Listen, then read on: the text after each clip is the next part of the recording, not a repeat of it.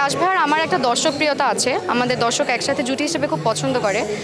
If you want to be like someone তাহলে মেহজাবিন আপুকে follow করো। বড় পর্দার জন্য আসলে অনেক প্রিপারেশনের দরকার হয়, তো আমার কাছে মনে হয় টাইম নিয়ে ভেবে চিনতে ভালো গল্প যদি হয় তাহলে অবশ্যই করবো, সেটা সামনের বছর হোক বা ডাউন দ্য লাইন 5 বছর পরে হোক। আমার কাছে মনে হয় যে অ্যাওয়ার্ড কাইন্ড অফ একটা রিওয়ার্ডের মতন।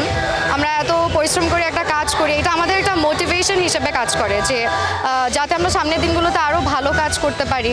So it's sort of like motivation, so যাতে সামনের দিনগুলোতে আমরা আরও ভালো ভালো কাজ করতে পারি। 24-এ তো আমাদের আসলে কাজে একটু আপস অ্যান্ড ডাউনস হয়েছে, বাট আমি চাই যে আমাদের 25-এ যেন ভালো ভালো কাজ হয়, আমরা যেন ভালো বাজেটে কাজ করতে পারি। এখন আমরা একটু সময় নিয়ে কাজ করছি গল্পটাকে আরও সুন্দর করে এক্সিকিউট করার জন্য। সো আমি চাই ভালো ভালো কাজ হোক, আমাদের ভালো গল্প আসুক। আমি বাইফার একটা অ্যাওয়ার্ড পেয়েছিলাম পপুলার ক্যাটাগরির জন্য অ্যাক্ট্রেস, আর এটা হচ্ছে আমার দিস ইজ সেকেন্ড টাইম। অ্যাওয়ার্ডটা পাওয়া খুব সম্মানের বিষয়, আর জুরি বোর্ডের হলে সেটা আসলে আমার কাছে মনে হয় আরও সম্মানের। বড় পর্দা নিয়ে এখন পর্যন্ত আসলে ওইভাবে পরিকল্পনা নেই, যদি ভালো গল্প পাই তাহলে অবশ্যই করবো ইনশাল্লাহ। বড় পর্দার জন্য আসলে অনেক প্রিপারেশনের দরকার হয়, তো আমার কাছে মনে হয় টাইম নিয়ে ভেবে চিনতে ভালো গল্প যদি হয় তাহলে অবশ্যই করবো, সেটা সামনের বছর হোক বা ডাউন দ্য লাইন 5 বছর পরে হোক। সো আসলে আমি এখন কিছু বলতে পারবো না। আমার কাছে সব পেয়ারই ভালো লাগে, যেমন আমার কাছে মনে হয় আমাদের ইয়াশ ভাইয়ার আমার একটা দর্শকপ্রিয়তা আছে, আমাদের দর্শক একসাথে জুটি হিসেবে খুব পছন্দ করে। বাট জোবান ভাইয়ের সাথেও আমার খুব ভালো ভালো কাজ আছে। সো আমার অ্যাজ অ্যান আর্টিস্ট আমি আসলে খুবই নিউট্রাল, আমার দুইজনের সাথে কাজ করতে আমি এটা কম বেশি ভালো লাগে এটা আমি বলবো না।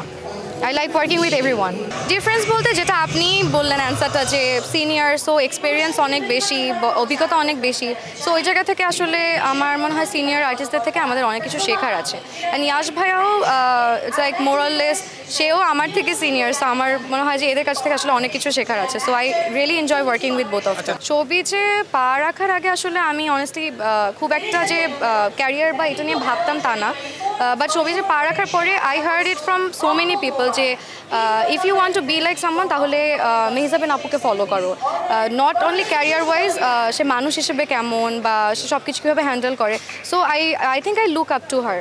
So yeah, she is a very good example. আমার মনে হয় যে আমাদের অনুপ্রেরণা আসলে তো সিনিয়র যারা থাকে তাদের থেকে পাওয়া উচিত। There is no harm in that. So yeah, I really like her and her acting. আমার আসলে এই জায়গা থেকে আমি খুবই নিউট্রাল গ্রাউন্ড। আমি যদি ভালো গল্প পাই, ভালো ডিরেক্টর যে আসলে হচ্ছে, এইটা তো খুব বড় একটা রেসপন্সিবিলিটি ফিল্ম, সো যে আসলে সুন্দর করে বানাতে পারবে, আমি ভালো গল্প পেলে এখানে আসলে কো আর্টিস্টটা ইট ডাজন্ট ম্যাটার।